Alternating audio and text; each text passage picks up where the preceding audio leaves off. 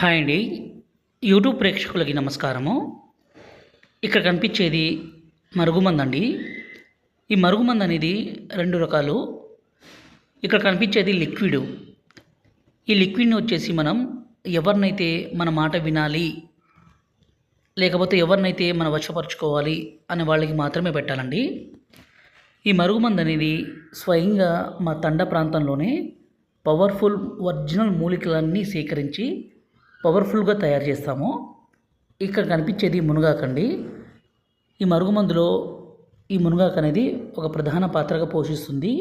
వీటితో పాటు 14 రకాల వనమూలికలన్నీ సేకరించి తయారు చేస్తాము. ఈ మరుగుమందు అనేది మంచి కోసం మాత్రమే దయచేసి వాడగలరు.